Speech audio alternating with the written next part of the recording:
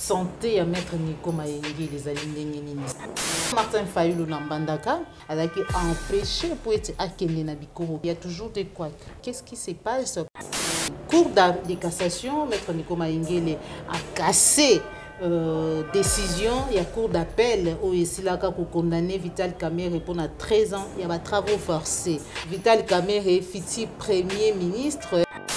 Lelo bandeko na biso bakasaya bazali vraiment qu'on se déplacer to bengi ngo exode vers les Katanga. Dernièrement to landi madame Dominique Mulongo wazali bongo député national na ngambo ya Katanga asilaki ko démontrer lo lenge nini bandeko na biso ba pratique bazali ko sala bato bengi ngo tribalisme to moni ba plainte contre ye na éviter plainte wana komeka ko limbola mukese kezali pona ko Kimia to pour na couper sa moto.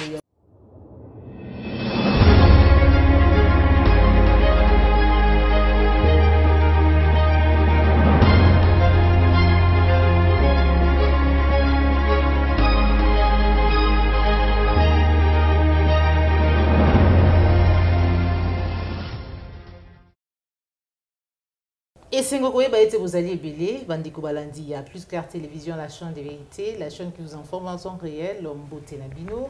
Merci la confiance au Bouzali pour renouveler chaque jour on a Cathy à la chaîne de vérité.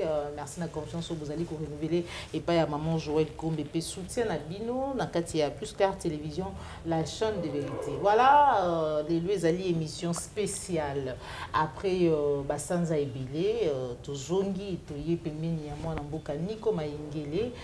L'autre fois, baki situation à santé naïe annoncé par Ngaï maman Joël Kombe Lelo pour la permettre que tout côté na lisusu et le mona bino na kati émission na biso vérité de tout côté ma matali santé naïe bukoyoka ngo na monoko naïe moko mais kasi yambo to banda émission to pena pesa ye maloba na kopesa matondo mingi na yo popola yombe ozwami sima caméra merci na cordo puis ma fuku Joël Gona gauche chasseur d'image sans oublier Christian Boupati. Merci tout pour ça déjà pemenia esprit éclairé président ya Congo normal moi na mboka Nico Maingele mbote na ye mbote madame Joël Kombe mbote na bayi Congo nyonso na mikili ya bapaya mbote na bandeko surtout ya intérieur ya mboka balandaka biso mwa mingi na uti vraiment ko constater cet état de jeu à plus clarté vers l'intérieur pendant la période de la convalescence. Et moi, il faut toujours to sengana ba Congomani batala davantage plus clair TV puisque pour moi, je considère que c'est l'une des chaînes les plus crédibles na Katiamboka. Matondo mingi maître Nico Mayengi linga nazali ne sengo makasi poeti bandeko belé bamoni yo lisusu bazalaki chaque fois ko benga ngai pona kotuna ngai maman Joël Kombe santé à maître Nico Mayengi les alignés nini c'est vrai que le tomoni yo les banini oyi koloba na ba nyonso bazalaki vraiment kotungisama ou batungisama ki tango mabe et komelaki yo lelo bamoni yo. En tout cas, merci beaucoup d'entrée des jeux. Ils n'ont vraiment pas si commis le Belayo Moko. Ils n'ont vraiment pas si. Ceux qui collaborateurs qui n'ont pas 30 secondes ou 2 minutes pour expliquer ce qui s'était passé. Mais ce qui est à retenir dans mon coup, c'est qu'il y a des qui santé vraiment n'inganaki. Ils allaient attaque moko ya mokili ya bato ya mokili ya ngote ki ono nzambende o non eza penda muto ya mokili afandi na yaka bwatali ki pona ba raison ye moko ayebi ngape na yebi yango te. Alors santé ki oningana je ne parlerai pas sur le plan du droit d'empoisonnement puisque je suis juriste, je suis avocat. Na droit na biso infraction empoisonnement à la kaka so mutakufi. Donc, quand j'ai survécu à l'empoisonnement, administration des substances nuisibles à la santé. Ils appellent infraction. Donc, administration des substances nuisibles à la santé. Alors, si on bat les locaux, santé comme kokoso et nuire à la santé et que au coup fité, na droit à l'obate empoisonnement. Donc, empoisonnement, il faut objectif et à l'atteint, c'est la mort de la personne qui a été victime de l'administration des substances nuisibles à la santé. Et on a comme j'ai survécu à ça, Yangwana, on ne peut pas parler d'un empoisonnement. Mais les comètes des mortels, bateau, soigner biso, effectivement, il y a là qui vraiment est le Koyango. Mais sur le plan droit, maintenant c'est l'administration de substances nuisibles à la santé. Naebi mamno loba pour na éclairer lanterne. Mais tant aussi ko ba chelo koana. Webi et pas n'absolu lobaka, les malheurs arrivent parfois à un homme pour l'aider à s'auto-découvrir, pour l'aider à découvrir son entourage, pour l'aider à grandir davantage, pour l'aider à s'auto-déterminer. Donc, j'ai positive et l'oko ekomaki. Il a fallu comment? Bon, on a dans le monde métaphysique, il a fallu et comment pour que la armure mususu. Oui, maman, j'aurais le temps où annoncer qu'il y a autorisé qui maman, la moni santé ni traitement de besoin simbité. La moni a mis balai simbité parce que ça crée moi polémique. Maître Nico mutabeste. Maître Nico ali mutumorote na lukarana sala biloko na sentiment puisque nous sommes crédibles, on a combattu au bunda, nous avons des valeurs. Je vous ai autorisé la maman Joël puisque sincèrement parlant, tu es l'unique journaliste à qui je m'étais confié par rapport à bulletin médical. Ce qui n'est pas interdit est permis. Et l'on monte est interdit moto, on a comme une souka, abelé au secours. C'est ça. Donc si je suis revenu en vie, c'est aussi grâce à cet appel-là. Voilà pourquoi je tiens d'abord à remercier mon Dieu, le Tout-Puissant, Créateur de toutes créatures. Grâce à Nzambe, deuxième personne à remercier Zali président Fayoulou. En tout cas, sincèrement parlant, à la Kiski Ali Papa.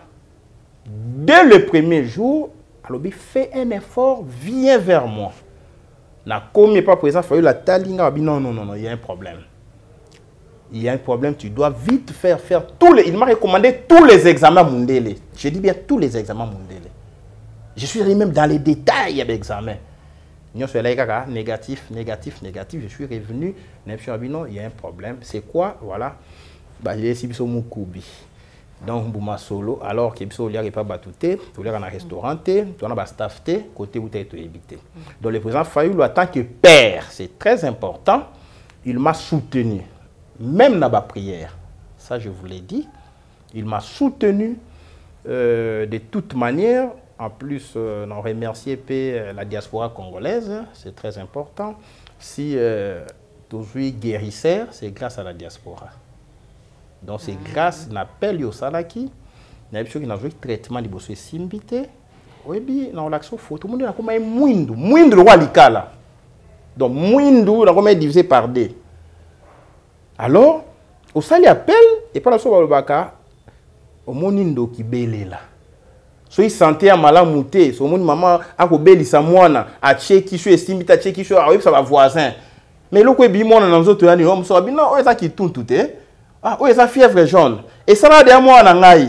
Pas collaborer. Mais so ku felo na motema okutango ko ku fobi ah muso bi mabiso ko ebisa ki ngai na ngena sungae. Il y a des gens qui sont morts comme ça. Je vous cite un cas. Mon vieux que j'aimais beaucoup. Nani le vieux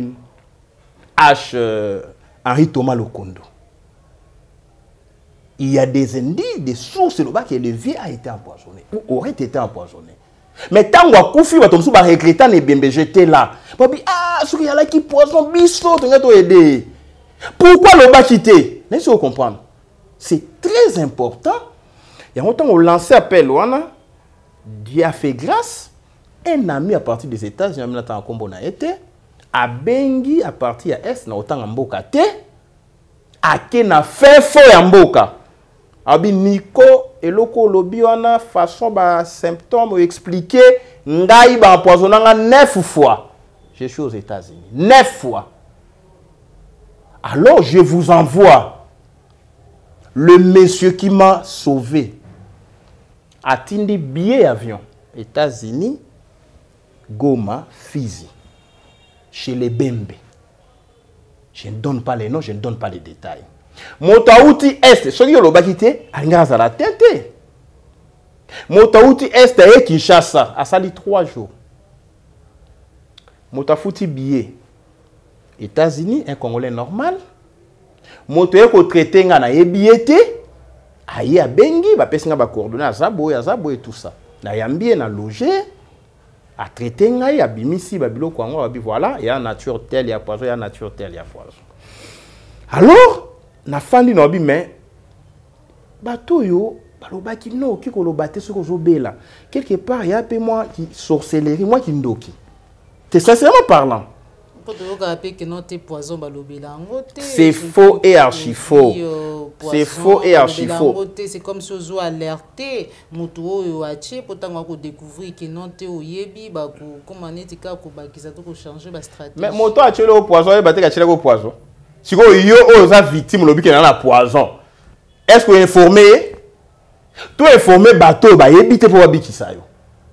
Ato lobi te ya ache le poison Hollande la te yebi que non moto wana na chez motambo te tango beleli abi ah ayebi. OK.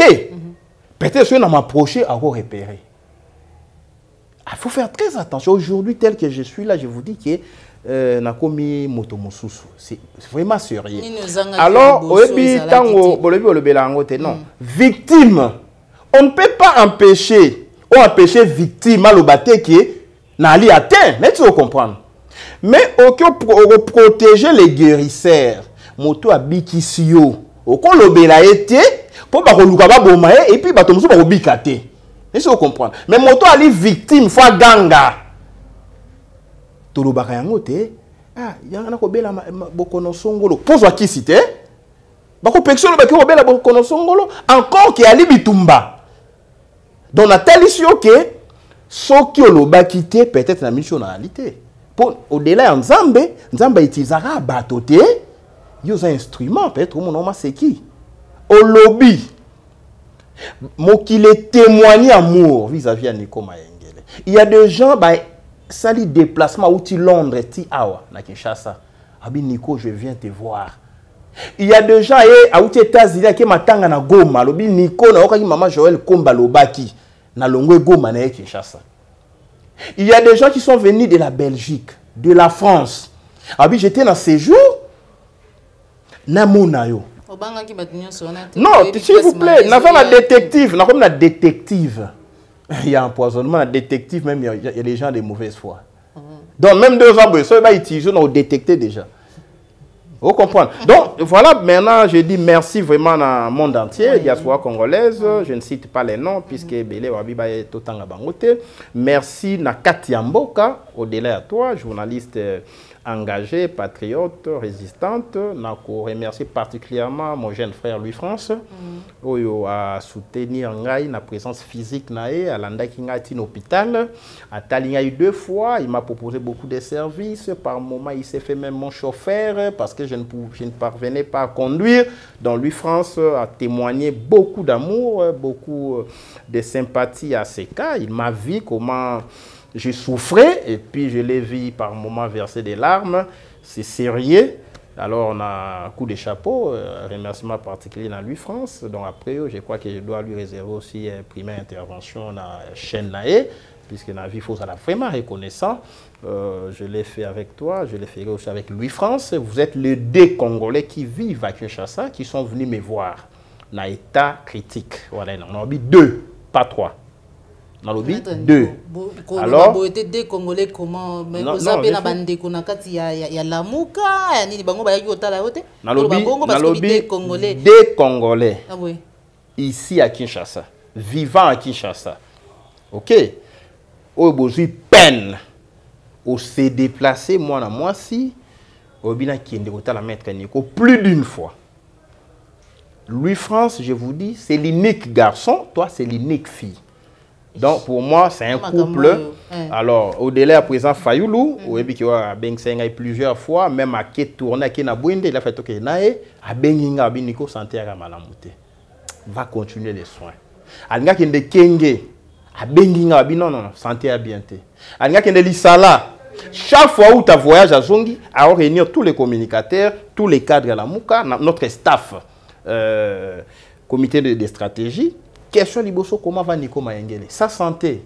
Donc, vous sentez que partout où il était, il me portait à cœur. En dépit de tout ça, personne n'avait des informations précises sur moi. Personne n'avait des informations précises avec détails, tout ça, tout était superficiel. C'est ainsi que Yemoko, après réunion au Benga, Nico, ta situation c'est comment? Donc voilà, président, on a comme une étape telle, comme une étape telle, comme une étape telle. Donc tu peux passer au bureau, na qui na monier, attendez, non. Au genre au pointé. Donc président, il faut la remettre le rôle là. Donc médecin qui accompagnait médecin psychologique. Ah non. J'ai parlé avec toi, mais tu n'es pas au point. Va continuer les repos. Avant de reprendre, tant que voyage à Souka Mbandaka, maintenant je vois que au bandi qu'on reprendre tout ça. Donc voilà, même dès la reprendre, maintenant je peux reprendre les combats puisque nous avons un terrain vité au Mbandaka, na Kinshasa, il faut que tu parles de cette actualité, comment vous avez été victime d'un comportement criminel de la part de M. Bobo, Tokolo Bayango. Voilà, donc je suis revenu, gloire à Dieu, merci à la diaspora, merci à la présidente Fayoulou, merci à toi Joël Kombe, merci à mon ami et frère Louis France, merci aux amis à la Mouka, tel a commis le message, tel autre à Bengio. C'est pas un problème, ce qui importe, c'est que nous sommes en vie, mais je n'exigeais pas la présence physique de tout le monde. Les combats continuent, mais nous avons compris que le système pour certains amis est allé au Kouébatikio. Alors on a la leçon, aujourd'hui, alors au Kouébatikio, mais moi je ne vais pas accepter que quelqu'un d'autre a Kouéanatikaya. Je vais l'épauler et nous devons gagner ensemble. Matondo Mingi, Mwanamboka Niko Maingele, esprit éclairé. Président Martin Fayoulou Nambandaka, tout le monde qui a vidéo moko oyo Mwanamboka presse penga sila iko sala, qui a empêché pour être akende na bikoro. Qu'est-ce qui se passe? Parce qu'apparemment chaque fois dans on a dit que sala va tourner il y a toujours des couacs. Non, président Fayoulou, tu sais, les stratégies ne se dévoilent pas, mais nous faisons partie à think tank. Président Fayoulou a fandi atali façon aux crises sous-développement. Ils ont avancé, Abina Sala tourné dans la province. N'a préparé peuple, n'a auto-prise en charge. Oui, dans la vie, nous avons étudié la méthodologie. Hein? Il faut être méthodique. Et la libération, c'est un processus. Et processus de libération, et Ali n'a point fondamental et Ali la libération des consciences avant d'être libération physique. Il a repris tourner. Donc, et ça, a traité, et Ali exhibitionnisme était, et Ali à faire valoir, à se faire valoir. Alors, non, ici à Kinshasa, M. Chilombo a forcé la République davantage. Mais l'intérieur, il y a Congo, Ali informé que Mbokezo Koufa, et puis comment sauver la République. À Sali tourna, voilà, Bovota Kingaï. Tala, token de la 2023. Comme Nali démocrate. Cette fois-ci, vous devez vous lever. Vous avez une attitude de 2018. Vous allez à côté les mains, puisque ce qui, au moins le président Fayoulou, hein, il est pacifiste. Ok? Ce qui est l'élection salémité, Bino, vous récupérez le pouvoir cette fois-ci, vous appliquez l'article 64, l'auto-prise en charge. Ce qui est l'élection Ali, vous revendiquez votre Nabino, même au coup avant que ça va aventure à tripatrouillage. Puisque pour nous aujourd'hui, le peuple doit s'auto-libérer degré ou de force. Et le peuple ne se libère pas quand il est ignorant de ses droits et devoirs. Le devoir est de libérer la République aujourd'hui, c'est à la fois un droit et un devoir. Donc, à Kiti, il y a aussi Lissala, il y a aussi Bwende, il y a aussi Mbandaka, Keina Kenge, Tokende, Nakisangani, Goma, Bukavu et partout ailleurs, même dans Mbujimaï, Kananga, pour nous notre peuple, Toali Motomoko, échec à M. Chilombo, et on se peut ça Fayoulou pour aller échec au peuple n'a pas souffrir. Voilà, maintenant, aujourd'hui, il faut que tu aies conduit oyoyo, bako biki sa peuple. Donc, bien sûr, tu as fait de tête au peuple, il faut continuer à souffrir. Voilà, tant comme une Mbandaka. Monsieur Bobo, s'il vous plaît, je te mets en garde. Soi-disant gouverneur, Bobo, Bolumbu, Boloko, un nom bizarre. Puisque comme on est en prison, Boloko, donc ta place est en prison. Oui, bien, monsieur Bobo, président Fayoulou a commis en Mbandaka. Après si mosolo na ba to ba kumbaka moto ba somba carburante ba kangi ba station essence ba Kadafi ba te kate mituke bimate po ba yamba ete akanisi qui est soka sali bongo azo rendre service na monsieur Chilombo. Non, au sala que Chilombo ba il a davantage en Équateur. Alors malgré ça, monsieur Bobo a été surpris comme on a battu belé dans l'aéroport na esika présent sala ki meeting. Coup de chapeau dans l'Équateur, bola kisi bo ali ba Congomani tata bo moko to ali na Congo moko to ali na mama moko ou ezali république to ali na tata moko ali Congo. Donc discours il y a tribalisme Fayulu akati yango puisque ba yambie lokola moto a botami en Équateur puisqu'il est fils du pays. Au moni contexte il y a intervention ba descente na ali tant ba to le tribalisme il y a le bino fona qui est na est ouest centre pour tout la ali peuple moko ali très important. Maintenant na bikoro ba bengi ba biso beto c'est la présence Fayulu to vota comme awelo côté. Cette fois-ci il faut biso to boto la bokondi na biso. Présence Fayulu abi voilà to kendani na bikoro. Contrairement à bato musu, on a président Fayulu akeya kutani na pont babuki, mais l'équipe na ndenge nini, il ne fallait pas à la surprise. Non! Il y a une équipe d'avance. Le président Fayulu encore quitter la bande kate sans équipe d'avance. Alors qu'il y a une bikoroté sans équipe d'avance. Donc il ne faut pas critiquer quand vous n'avez pas l'information. Équipe d'avance, et Kitaki, un sujet de Vos Kitoko, Badrien Malenga, Prince Penge, Kiti na Mbandaka. Tate terrain et nous avions les informations avant président Kita. Président Kiti, Kokosone sont surmonté, Kaloana a sali un plein à craquer. Une autre équipe d'avance, même équipe Ekei Bikoro, avec les notables à Bikoro. Baleki na pont, pour y aller qui a au bout kanate. Quand le bon va pas se peigner dans Ngambo, moi tout cas président fait un Ngambo, vous comprenez? Et là qui s'il va pas se peigner, les kaki. Président, en tout cas, nous allons aller malamo, c'est ça. Donc il ne faut pas être ignorant et émettre un avis critique. Né, tant que prince, équipe d'avance est quittée, bisono to l'équipe, to l'équipe nanzela. Nabutu 1h, 2h du matin. Yo équipe d'avance au télé mananzelo kenge la rapport. Bakei babuki pon, babuki yango na moité. Ba bi ke fayu lo ko lekana tongo. Babuki pon na butu. Alors, le président Fayulu a yebo, a kouti point à Boboukana, équipe d'avance, rejoindre, constater point à Boboukana. Donc, il ne faut pas déclarer des choses que vous ne maîtrisez pas, s'il vous plaît, chers frères. Donc, tant que Babouki pon, et là qui n'a boutou, au moins, tout comme on se soupe, il y a qui connaissent, qui surpris. Mais même tout comme ça, les cas qui déjà na même boutou. Donc, on dit qu'il y a pratiquement quoi fasciste, il y a pratiquement quoi dictature. Ce qui est dans le Congo normal, monsieur gouverneur, soi-disant, Bobo, il a fallu à démissionner et assembler professionnelle et ça la motion de défiance contre lui, motion de censure même contre tout son gouvernement, puisqu'il va préjudicier des millions de Congomans. Et à l'époque, il relié Biko Ronan Bandaka 1. Bobo qui a repris Fayulu à l'écarter, mais au petit si bâtonnier ne va l'écarter. Et aujourd'hui, dans la situation, il y a bilinga. Biloko mati, pour biloko koutaka na Mbandaka.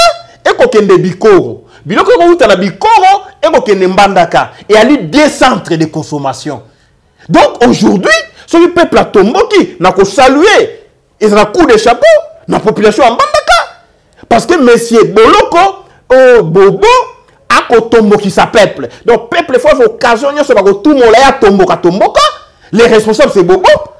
Voilà pourquoi j'ai dit, au cas où on m'a bien à Fayulu, mais on m'a bien à peuple. Et peuple, toi, encaissé sous bas coûter, coup sur coup. Moto agnatio, moto abetio, moto atambuli kola ba droit na yo, télémani, senga départ na ye. To comme na niveau wana. D'accord. Moi, je Nico Maengele, il tout comme un niveau ya kotomboka ya côté même apparemment vous allez observer peuple à observer silence na ngambu ya opposition, tout peu résistance, bispa iwa pi moi namboka Martin Fayulu na Adolphe Muzitu bazali contre comme on dirait kaka moi namboka Martin Fayulu akosala kaka ba tourner na ye lelo pe e bonga to pe bokambi ya lamuka ezali bongo na maboko ya Adolphe Muzitu alors que tozali komona ba article ba pandisango msuba ko komaka on dirait déjà annonce ya candidature na ye comme on dirait marchandise ma msusu to moni quelque part ba komi a félicité Félix Antoine Tshombo Tshisekedi dans le bien Botoli pouvoir dans ma boko ya oppresseur. Qu'est-ce qui se passe? Est-ce que les lots vraiment population a pu continuer à compter sur opposition topé la Mouka qui espérant qu'il va la quelque chose bien qu'on dirait Pongi et sous la Mouka? Ah, on tout l'amour kilométrique. Il a la facette est belle. Au bandi na ba tourner à présent Fayoulou au peuple silence à la Mouka non mota au la tournée à koloba partout à koler casser que silence et alité action et tourner et ça déjà action tant aux yeux avion aux yeux pour Kiti et Sika bato baye au lobby et ça déjà action verbe d'action s'il vous plaît attendez non l'après campagne est interdite tu sais la foi vient de ce que l'on attend. Moi, je suis de la lignée à Gandhi, Mandela,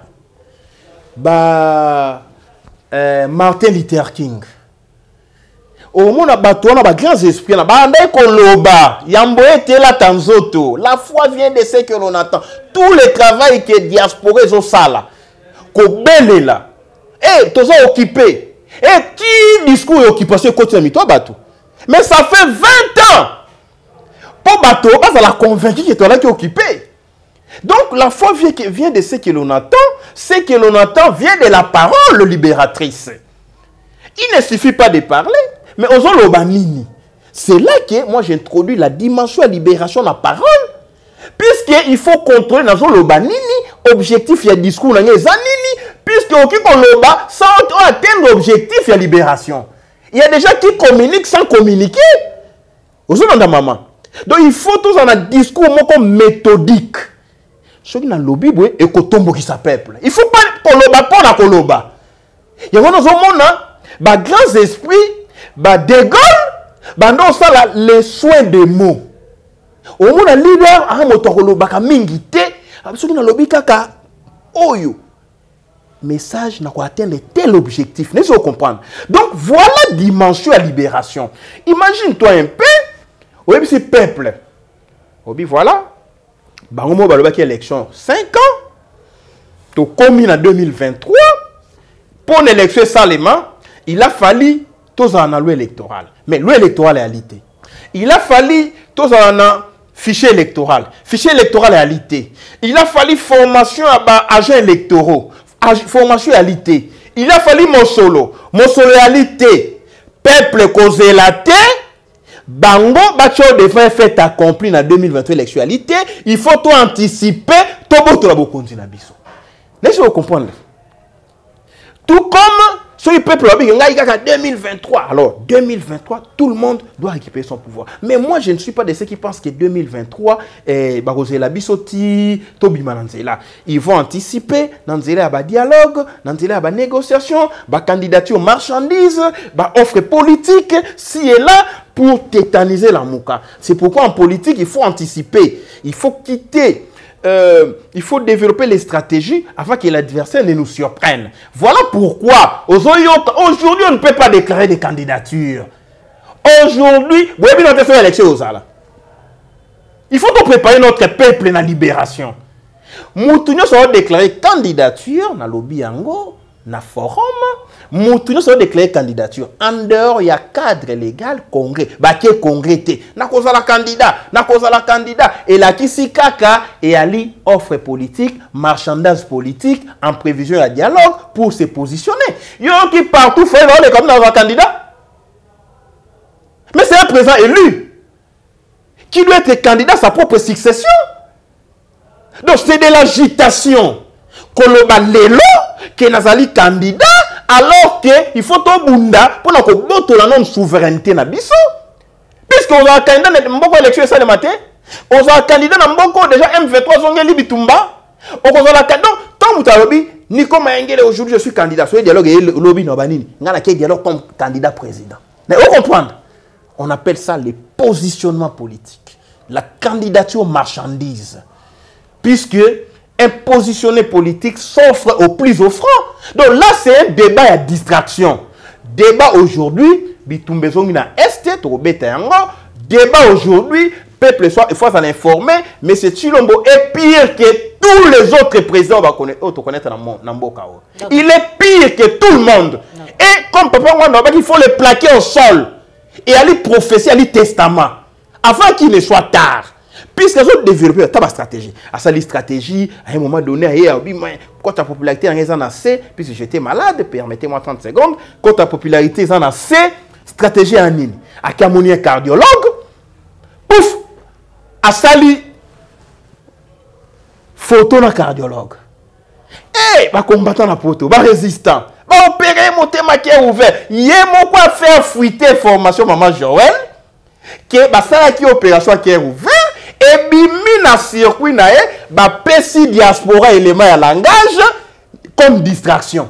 Et diaspora na Congo, opéré qui est ouvert. Pouf! Porte-parole n'a dit non, le chef d'État n'a subi aucune opération, aucune chirurgie. Porte-parole au gouvernement n'a dit a vu à cette opération te. Ba gronder bango. Allez, ba utiliser ambassadeur. Ah, opération hernie discale cervicale. Hernie discale cervicale. Il va porter Minerve. Mikolezo Koya. À côté de la Minerve. C'est du montage. Les Belges, vous n'êtes pas sérieux. S'il vous plaît, les Belges, vous n'êtes pas sérieux. Ayaki na malaise, ba soigner malaise, ba lobi ayaki ba traumatisme moko éphémère, ayaki léger, mais oyo kolobaki oh non, ba sali hernie discale, comportement na ena moto azui azaki victime opération, il y a hernie cervicale discale na niveau ya colonne vertébrale, masse osseuse ezo relié kingo na colonne vertébrale, moto bo pesi Minerve, ayiko yate alongoli yango aki na stade avant de la match. Bo pesi Minerve aki na concert ya Gims na Dubaï. Bo pesi Minerve a tenir discours 30 minutes à hôtelema. Tant balasa qui programme ya 145 territoires. Aki na Dubaï a sali discours il y a plus de 30 minutes. Donc, au moment où finalement, on dit, oh non, et simbité, on a tiré la sympathie à peuple, à qui il y a un peuple à mingaïté, peuple à quand il y a un moteur maladie, quand il va comprendre qu'il y a les faux malades, et à tiki na Minerve, comme il y normalement, et voilà distraction. La distraction, tant distraction est simbité, bah même le Jean-Claude Van Damme. Bah, c'est passeport diplomatique. Distraction. En réalité, on prépare un film, hein, Jean-Claude Van Damme après 2023. C'est ça la réalité. Puisqu'il faut payer son passeport diplomatique pour préparer 2023. Tant au Benganae, à qui au sein de film, Jean-Claude Van Damme. Pour payer son passeport diplomatique, il a dit que à quoi défendre bien intérêt à Congo. Jean-Claude Van Damme a intérêt à défendre des terres à Congo. Il y a un problème de mers. À Bundara Pamba Pamba, condamné Pamba. J'ai apprendre que va expulser à d'autres dans les États-Unis, des fois dans la Belgique, tout ça. Motomotin doana, vous comprenez que na principe il y a na loi magnétisme. Moto akobenda pene na kaka bato bali na nature na e donc moto bande ko bunda na baba akobenga moto bande ko bunda na baba moto luka bande osala ba film akobenga acteur pour préparer ba film ou mikolo koya. Bref, nous devons nous battre pour libérer les pays, pas de distraction. Voilà. Pas de distraction. Mon amboka Nico Mayengue, les situations sécuritaires, il y a partie Est, il y a République démocratique du Congo, toujours pour faire couler beaucoup d'encre et salive chaque jour. Le Ligena Lubaka, gouvernement. Il y a Premier ministre, Mokambi, il y a ANER, il y a police, il y a armée, bazali bongo na ngongo tozali ko solola. Kuna na partie Est, bazali na Goma, depuis lobby pour na évaluer l'état des sièges. Est-ce que chaque fois bazali ko proroger l'état des sièges, bazali ko évaluer yango na lolenge nini parce que toyoki nde lelo ki baki osala évaluation réaction na. Oui, bi je suis le mboso qui to empêcher te atika va vantir au sala mourir ko katana sous nos yeux, sous nos barbes, tout fandi et puis tout la génération la plus idiote que la République n'ait jamais connue. Évaluation état des sièges à l'Est, c'est quoi? Pourquoi seulement après entrer en danse, il y a M23? Savez-vous qu'il y a des territoires entiers que M23 va contrôler? Corps Kabila en 2009. Les M23 se comportent comme un État dans un État. Et sur le monde en droit international, un mouvement rebelle a signé les accords au même titre qu'un État souverain. Et bas au accord, on a bande de son Union européenne et puis les Nations Unies. Donc M23 agit et qu'on va passer un statut comme une entité étatique. Il y a un qui ne va évaluer l'accord. Oh, Kabila signé na Kagame, na Museveni, na Rwanda, na Nairobi. pour que Tshilombo applique yango. C'est cela la vérité. Et ici, vous dites non, bah, vous avez évalué l'état des sièges. Comment vous avez évalué l'état des pièges? Comment ça? Donc ici, peuple a une information. On a dit, ok, il faut tout le bakaka pour nous payer sa peuple information. Tobeleli a, basali renouvellement état des sièges 17 fois. Oui, bien, on a parlé mal. 17 fois. 30 jours renouvelables. 30 jours renouvelables. 17 fois. Bah, renouveler l'état des sièges. Tu vas recouvrir en état des sièges. Insécurité mati. M23 contre l'émission l'état des sièges. Comment beaucoup déclaré état des sièges na est dans le baka yango botika ba frontière na ba pays frontalier ouverte. Porte-parole militaire. En tout cas, nous avons battu la papa. S'il vous plaît, toko père d'Araka kate ba vaillant militaire. Oh ba so télé mabalo babo solo. S'il vous plaît notre Dieu. Tala regard na on a papa on a porte-parole le général. À lobby nous sommes attaqués. Ba militaire ba uti na Rwanda. Tokangi mibale. Tala identité na bango. Tala régiment na bango. Tala brigade na bango. Bataillon, compagnie, peloton. Osolanda ba pesi na ba chef na bango. Nesika ba uti na commandant na bango na Rwanda. Les porte-parole militaires. Il y a Nord qui va lobby. Toujours s'interroger sur la politique, il y a mutualisation des forces. Na biso na bato bazo agresser biso. Aucune réaction du gouvernement, mais c'est Tshilombo na Samalukonde. Non. Oh, à lobby, on a autorisé qui était. Tu as un mécanisme de vérification pour te vérifier l'allégation. Notre armée, notre porte-parole à lobby, Mouyaya ne croit pas à lui, ministre de la Défense, mais c'est Tshilombo. À lobby, non, on va croire na Rwanda, Ouganda, Burundi, il y a un mécanisme. Oh, Kindokité. Et notre peuple a fait mis à Otala. Aujourd'hui, les porte-parole militaires abandonné, contredit par le gouvernement de la République. On a mis danger sur le plan militaire au Azanango. Donc, il va offrir hier à commis proie à Kagame. Laissez-moi comprendre. Il est exposé. Alors, Kagame a agressé Bisso. Tshilombo la Ishasa, quel risque à jouer? Si on avait une armée républicaine, il a fallu manifester sympathie vis-à-vis à l'autre général ou à un front. On a dit vérité, politique va contredire. Mais il se sent en insécurité.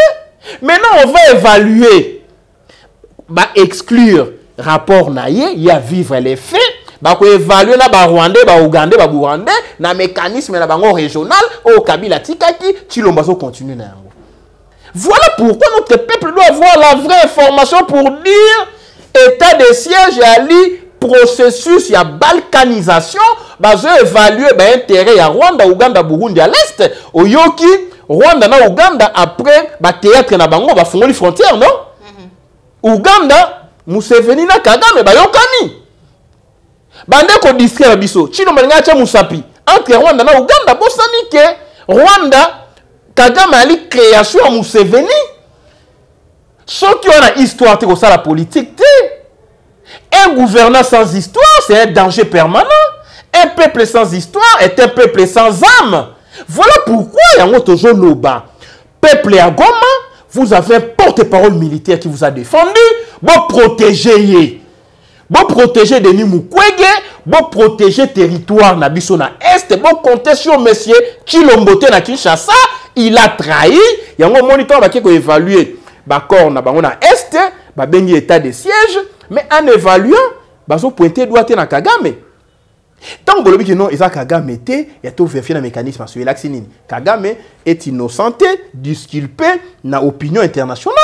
Donc ici, M. Tshilombo ne trahit pas seulement le survivant que nous sommes, il trahit aussi nos morts. Et ça, c'est dangereux. Voilà pourquoi, tout ici, Est, évaluation, c'est un mascarade. Bakei Kenya, c'est ça la vérité, prolongement la question. Bakei Kenya, qui ont signé d'accord pour la communauté des États de l'Est. Mais dans CC, il y a une délégation M23 à Kitaki na Nairobi. Il y a une délégation, il y a Kamere, bakutana déjà na Belgique. J'ai également appris que Batoune Bazaki na Nairobi 3 accords. Un accord pour na akokotana c'est CAC, Communauté des États de l'Afrique de l'Est. Oui. Communauté des États de l'Afrique de l'Est. A signé yango, na évité les cas na parlement mo colonini, na évité ba débattre qui ont mo colonini, na évité ba intérêt na yango puisque ils a genre ya ba accord pour ratifier yango pour cha signature faut les cas na parlement, il faut parlement à autoriser puisque ils ont impliqué aussi notre économie. OK, ils ont état économie à est, ils ont impliqué notre économie. Bon continue un marché commun. OK, on suppose que biso to ba minerai on exploitera déjà, mais nous ne produisons rien en termes de production mondiale. Mais on va et puis on expose ça dans l'air marché. Accord à Liboso. Oh, ils ont une charge inutile dans Mboka. Si on était sérieux, mais c'est Chilombo. Donc on n'a aucune organisation au Rwanda, Ouganda, Burundi, Banakati. C'est ça la puissance et l'identité étatique. Nous devons en arriver à ce que to s'imposer sur le plan diplomatique. Est-ce qu'il y a un Rwanda Ali, sur le plan sous-régional, régional, même international.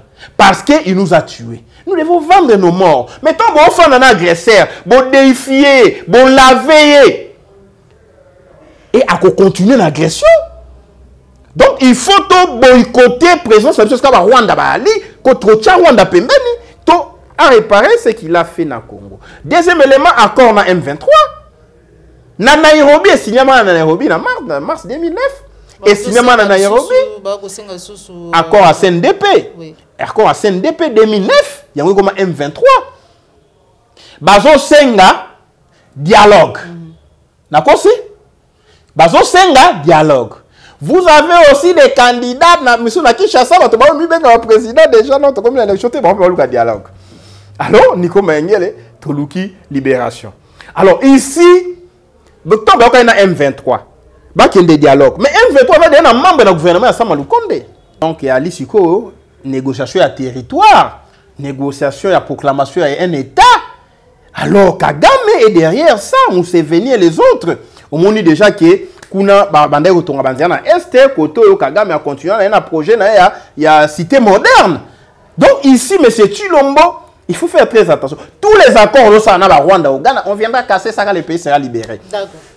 Merci beaucoup. Esprit éclairé, Maître Nico Mayengele, le Bitamumbo, que vous allez libérer. D'accord, Nyoso, Ezali Salamara, et vous allez casser. Cour de cassation, Maître Nico Mayengele a cassé. Décision, il y a cour d'appel où il y a condamné Vital Kamerhe pour 13 ans, il y a des travaux forcés. Au même moment, vous allez avoir information vous allez selon laquelle Nangambo déjà à Kenya décision ici là qui que Vital Kamerhe fiti premier ministre pour remplacer Samaloukonde Yanunayo par rapport à Maïnion Soana. Est-ce que bientôt la cour de cassation a la veille toi quoi quitter? Oui, merci beaucoup. C'est une question vraiment technique. Il faut une réponse technique. Le lobby qui est décision d'abord, il y a une question politique. Et Kamerhe, futur premier ministre, a parti à Kenya. On a vu que tout se décide dans Kenya. Parce que Kamerhe, accord, mais c'est Chilombo qu'on a Kenya. Parrain, c'est Uhuru Kenyatta. Donc aujourd'hui, Uhuru Kenyatta qui est Tutsi, Kagame est Tutsi, Museveni Tutsi, c'est les Tutsi qui décident sur le Congo. Non, il ne faut pas un dessin. Alors, maintenant, mais c'est Chilombo a proposition à Kamerhe, condition à la qui Kamerhe il faut pas libérer, il faut pas quitter, pas laver. Parce qu'on peut t'acquitter, mais après avoir été condamné, hein, je sais pas condamné une année, bah quitter au procès d'une année en prison. Mais Kamerhe veut être lavé, c'est-à-dire bah innocenté. Zolanda. Alors, bis il y a une information, tous on en arrêt à court, puisque même si M. Chilombo Abino, il a préféré mettre Mayo na place à Kamerhe. C'est aussi ça. Et les membres sur la discussion, il a préféré Mayo, celui Kamerhe va laver, mais Mayo, dans sa première ministre, on a compte à INC. Donc, je suis la première personne à vous révéler, les négociations continuent. Mais INC, na Kamena, M. Chilombo, va travailler ça, Imboka, va pouvoir à Fayoulou, les Kama Kolanda. Alors, tous on a cours. Une question technique. L'Obitolandi qui est cours à casser, arrêt à cours d'appel. Oyo et revoya qui peine ya Kamerhe oyo utaki na TG il y a 20 ans et comment qui 13 ans. Caméra ça là qui pouvoir en cassation. Au moment où tu aller en face, il y a 3 instances. Tribunal la grande instance, c'est quand juge Yann Yakoufaka, paix à son âme, à les héros, et si quand Ali même dans le monde il y a l'esprit, puisque juge Joana, et le quoi fait là, tout le monde y a ngoté. Et Makila ne gagne kaka qu'est-ce qu'il y a li? Justice, justice, justice. Je dirais même Makila ne gagne kaka vengeance, vengeance, vengeance.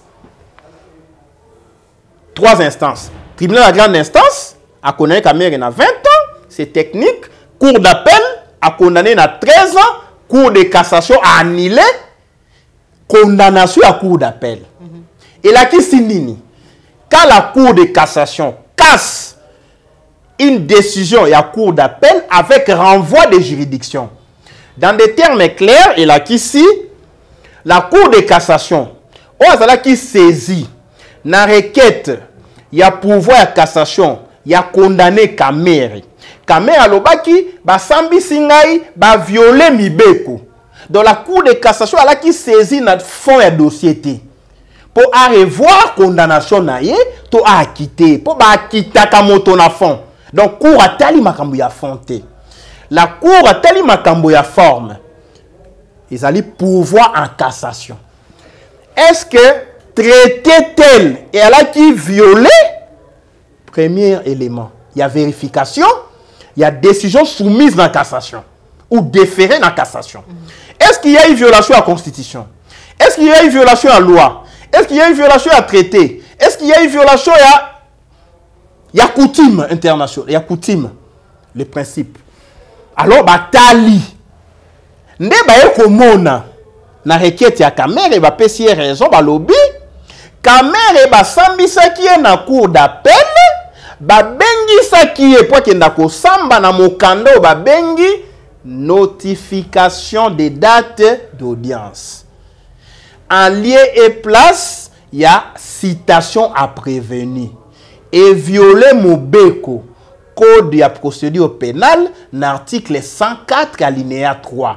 Au lobby, il a fallu bâtir de la caméra et Mokando avec une citation.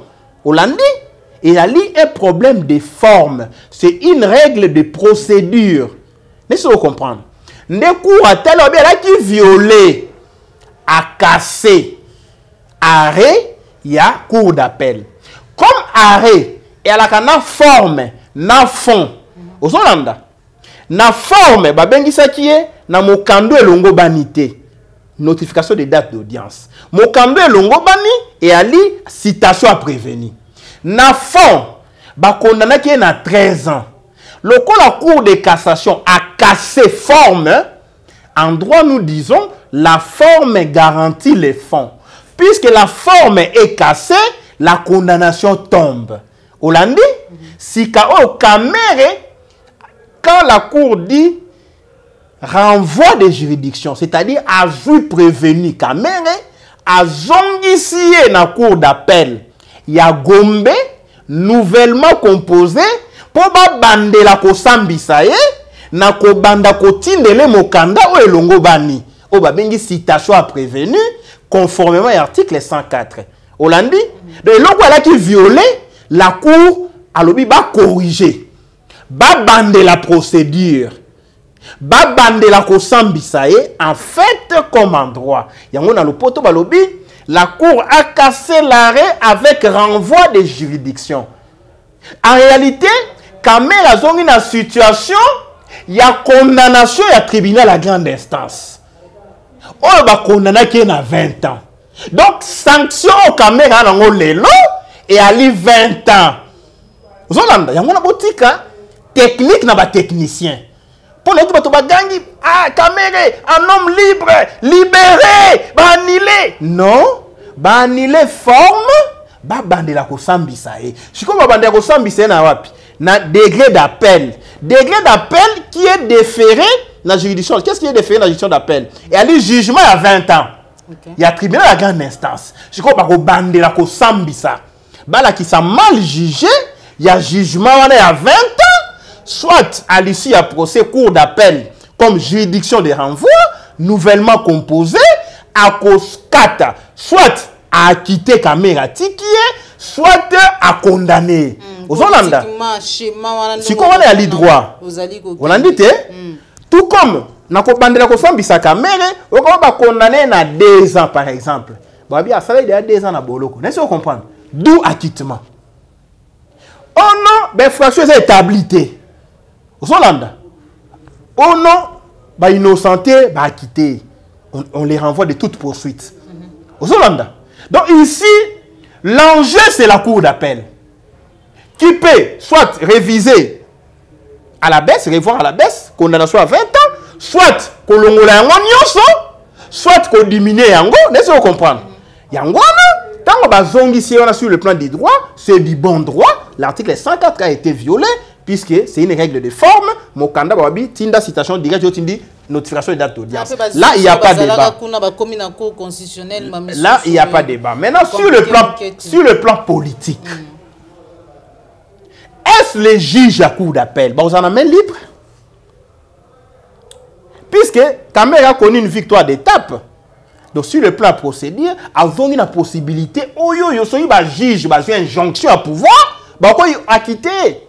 Tout comme vous bêter qu'on soit une année. Hollande. Casier judiciaire et baby, azala inéligible dans la présidence de la République à soutenir M. Tshilombo. Moi, je vois le schéma dans le sens où. Ce qui va innocenté, à ça que l'autre côté, il va quitter, il est innocent, à zongi, à la éligibilité, à cause de la candidat président, et M. Tshilombo a dit que banga, Zolanda, aya ko tche mulunge. Mais ce qui va katelé mbano ya muke, ne va banel ko sambisa, une année, 6 mois, 2 ans. Bah calculer ça mikoloboni na boloko. Oh, à ça déjà, on les libère. Donc, ici, l'enjeu, c'est entre les mains de Tshilombo. Caméra est entre les mains de Tshilombo. Yenda va décider. Comme on voit Caméra, c'est un homme honnête, sérieux. Pendant que Caméra est condamné, donc Tshilombo a influencé déjà Titi Daba juge sur le plan politique. Et condamné, il est correct, honnête.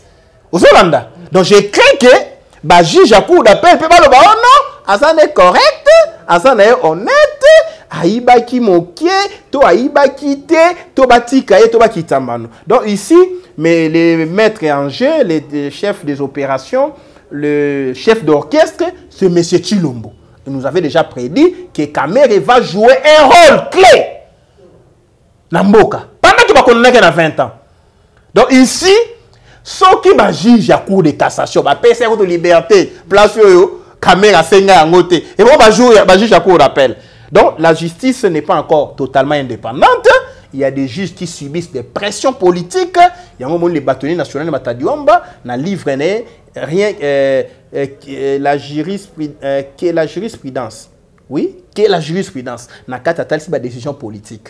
Donc, on a droit de manipuler un juge à rendre une décision politique. Il y a un aussi un juge, bozala indépendant. Quand le pays sera libéré, tu peux passer dans la radioscopie, le jugement défectué, tu peux arrêt des principes, tu peux longola et puis le juge est belé, sur une qui est libéré, le juge est open, il avéré qu'il est corrompu, il faut que tu aies pemben. Oh, il avéré, il est tribaliste, il faut que longola, il faut que tu aies un juge normal. Voilà l'enjeu, c'est entre les mains des juges, face, il y a la pression politique, et normalement on a Caméra avec un pas déjà à libération sur le plan politique pour jouer un rôle. Oh, mais c'est sûr, on va confier. Voilà, nous ne sommes pas dans un état de droit.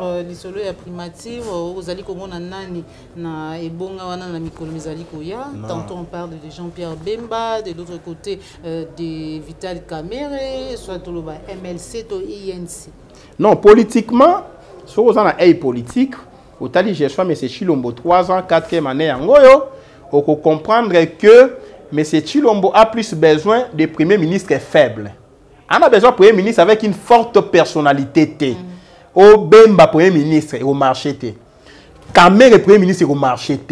Il faut un premier ministre au Azali faible. Comme ça, M. Tshilombo se cacher derrière incompétence au bandako imputé dans le gouvernement. Il y a Bimaraké, c'est lui l'homme le plus compétent, c'est le gouvernement qui échoue. Mais ceux qui battent une forte personnalité, Bemba, Aoluka, Atika, Baprent Nae, Donc un premier ministre fort va effacer M. Tshilombo. Voilà pourquoi Luka Pepe Ilukamba. Olandi. Ayo Lukasa Malukonde. Donc pour que Tshilombo soit là, super président. Mais si on va passer un premier ministre comme Lumumba, il va l'effacer. Donc ici, mais c'est Tshilombo, on a besoin d'un premier ministre fort. Yangwano Yoki, bazo pesa e mayo. Yemora poni mayo. Obo pesa ngai mayo na compte INC, tu as appliqué accord à Nairobi. Kamérete, Kamérete ba pesa liberté, kasi mayo na sa premier ministre na ngai. Donc ici, l'incompétent national c'est M. Tshilombo.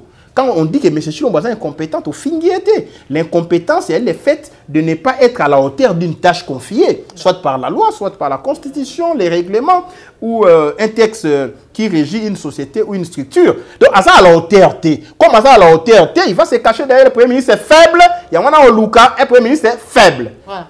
Matondo mingi mwana mboka niko mainge l'esprit éclairé président Congo normal matondo na bayinso bozali kolanda biso en direct des 3W plus clair télévision la chaîne de vérité merci na Jean Mbembe Ouest pena Félix Mbatika depuis Londres mwana mboka niko mainge pour finir tolobela maimatali tribalisme lelo tozali komona utakala Baï Congolani, notamment yo, ozali ko beta sete pour le kolbaete kasa ezali ko sevide.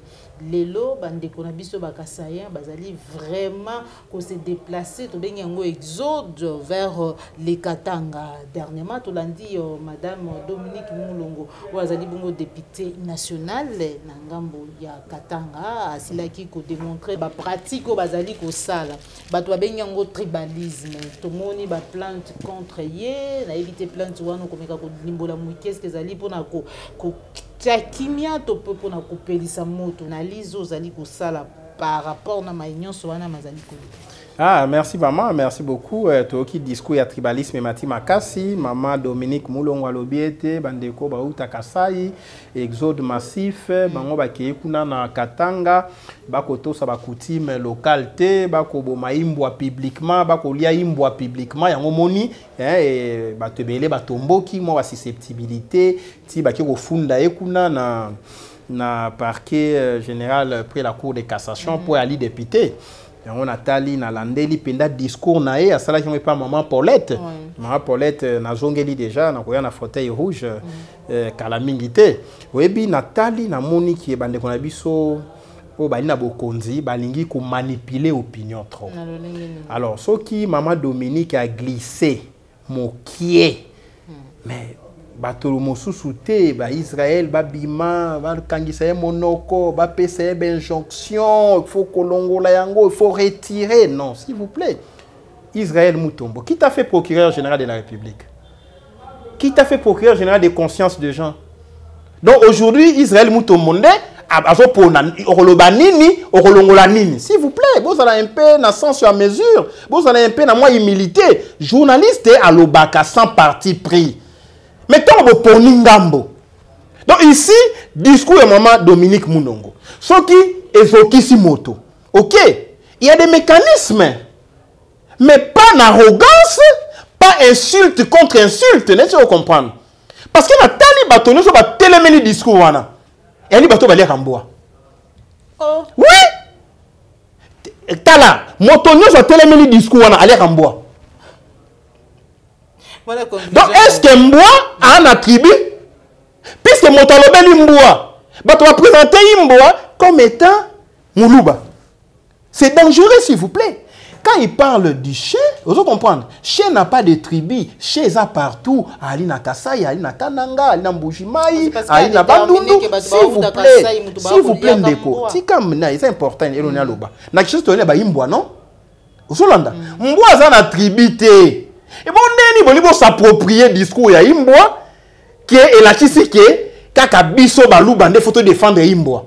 Oh, ngana on défendre Imbwa te parce que Imbwa ali nyamoyo, maman a défendre Imbwa te. Abi pas biso Katanga, Imbwa ali nyama ami. Oyo akotambola na moto, akofanda na moto. Biso ko ndima to boma. Imbwa publiquement, bolia et publiquement. Et pas na biso na bandundu. Na bakata si je ne m'abuse pas bakota kazamba vendredi te OK na Équateur baloba moi ça kolia ka mbembete. N'est-ce pas comprendre? Na école hôtel moi ça kolia ka nyoka te. Ozolanda. Si quand il y a lobby, ce qui a glissé, il y a des meilleures manières d'interpeller moto. Mais ici, l'exode massif, moi j'ai présenté le discours au-delà. Il y a Oezolobama, Moutouna lobby à monter. Retenez maman. Exode massif. D'abord constitué lobby. Congo manignon soit ali na liberté à kotambola na Congo mobimbe sika ya lingi poto ali mboka moko. Yo longuya OK ina katanga te. OK yo moko te. Ato na mwasi na bana. Et allez exode massif te. Mais quand les politiciens ont planifié ça, c'est ça le caractère dangereux. Les politiciens, il y a UDPS Union Sacrée, je vous mets en garde. En cas il y a massacre, en cas il y a guerre civile, les responsables c'est le pouvoir en place. Comment? Un peuple qui souffre na Kasai. Je vous présente la dimension élevée, il y a compréhension. Un peuple qui souffre na Kasai, ana koliate, ali na maïta na couranté. Voilà pourquoi il faut toujours pouvoir toper sa peuple na bilei, toper sa est courant. Maman, a osa mon solo ko fout à train. Premier élément réflexion. Un peuple ana maïté. Mbongo somba biscuit réalité. Mbongo ya ko somba sukali réalité. A kozwa mon solo fout à train. Kasai Katanga. Bato ba ofute la ngo ba train wana ba louer ba train ba zu population ba ko tindika na Katanga pour ba créer un équilibre, un rapport de force en prévision à l'enjeu politique na Kinshasa. Tant que tu comme en 2023 Kabila le collègue moto ya Katanga ce qui a péci mot d'ordre qui a soutenir dans un sens comme dans un autre, laissez-vous comprendre. Répercussion base mais ali Katanga. Soki bato beli mananzela ba kutana na bato ya IDPS. Oh ba uti Kasai ba s'affronter. C'est dangereux ce schéma là. Yango na omona exode massif. Pourquoi pas ba uta Kasai boye pe na Bandundu. Boye pe na Kinshasa, boko ke depuis province orientale. Vous comprenez maman? Pourquoi seulement tout le monde vers Katanga? Par rapport à si vous... Non, maman. Vous comprenez, dans la dimension, il y a des audios. Vous comprenez, il y a un moment donné, maman, il faut que tu aies un gilet à sauvetage. Tu continues à se quitter. Je mets en garde les manipulateurs, il y a nos frères kassaïens. Tu as risqué, ou bien un esprit éclairé, tu as risqué de connaître. On te connaît quand on a massacre à Kassaïen à Katanga, double massacre. Les Kassaïens ba bomba ba Katanga ba bomba ba Kassaïen, ndenge ba utuna ba tout salema qui na Rwanda. C'est un plan diabolique. Il ne peut être derrière ça que les Tutsis. Laissez-vous comprendre. Donc ici, bon dimension ya elo ko na te exode massif quand la dimension à Imboa. Bon on a dimension affrontement politique. Les Katanga estiment que pouvoir na bango au Chilombo azwa monsieur Kabila nda pesa qui est. Les Katanga estiment que monsieur Chilombo a s'attaquer na bakatanga non présenter nos situation au monde ngoi mulunda oyo ngana ko sambisa sur la ministre de la justice prison ngoi mulunda o sala yango pamba ya moke motonyo soit proclamant un non vainqueur il faut samba ngoi mulunda moni avant la prison te bazo impitango na Chilombo okomona nani général John Numbi asa l'exil asala ki mabe dans une plus fois samba bazo impitango Chilombo n'est-ce pas comprendre parce que ba John Numbi bala ki présente tango dit les Salema siko katanga monike biso ndeto tikela e bokonzi akomi ko s'attaquer na ba leader na ba notable na biso n'est-ce pas comprendre et Katanga ozomona na tendance wana ba discours ya ba leader na bango Katanga wetu ba discours tolandeli ba na position net ba ko se soulever maintenant pour ko contrer bango il faut tinde la bango ba to IDPS o ba uti Kasai pour ko créer un équilibre un rapport de force soki bango ba bimi affrontement botika soki ali plan na bino c'est dangereux botika parce que ici moto moko te akoyebisanga ike un tel ami foutela ki train un tel akoma ki place tel un tel ami sombeli sac un tel akomi na Katanga tala makambo ko salema pour comprendre clairement. Okomona ke Sama Lukonde amibimisa moto ya Katanga. Ozolanda. Bazolinga balongola Sama Lukonde. Okomona ke Muyej ali moto ya Katanga. Babotola e province bapesi fifi. Ozolanda. Okomona ke kote ya Katanga na Seni bapesa Patricia Seya. Oyoyo afandaka na Lubumbashi me alaki moto ya Kasai. Omoni ba frustration wana. Les Katangais maintenant basa na position moko revendicatrice. N'est-ce pas comprendre? Maintenant batindi ba chien de chasse. Pona un éventuel affrontement. Ya mwana biso to kebisi bango. Bato yo ba futi ba train bozo bande kona biso bazonga na Kasai bo créer misa na Kasai bo créer misa na Katanga. Oya ko fa na Katanga, fa na Katanga mais bozo na idée affrontement te. Bozo na idée ofandi na mboka ya bakoko na biso nyonso toke na idée te ke ba oyo babundisa ba oyo. Soki lelo ndeko je shit. Soki lelo omoni kulu ne kombi to ko kata to machette. La nanga très bien. Tina Kinshasa na ba Congo, il y a eu des coupeurs de route parce que il y a eu un laisser aller quand les Rwanda ba tout ba continent armes na munitions na machette na ba utu ba komi ko kata biso mitu na est ti PAP peuple na biso andi ko soit kilti wana to mi ko kata na mitu ozolanda. Alors botika puisque il y a ce qu'on appelle la corruption des mœurs. Boko corrompre ba mœurs ba pratique ya Rwanda esa le manakatanga et puis ko impitango les régimes ya Chilombo okosamba na CPI bakoloba teke et ali ba frère ya Kasai bakena na Katanga bakoloba ki yo alaki président tu n'as pas empêché les massacres au SM na Katanga tu es les responsables. Donc ici je conseille en disant mais c'est Chilombo ce qu'on a plus clair TV ba service ya ANR pour étudier cette question la dimension il y a éventuelle guerre civile pour empêcher avant qu'il ne soit tard botika idée à cause l'affrontement na Katanga ceux qui bozali na yango. Voilà pourquoi je vous dis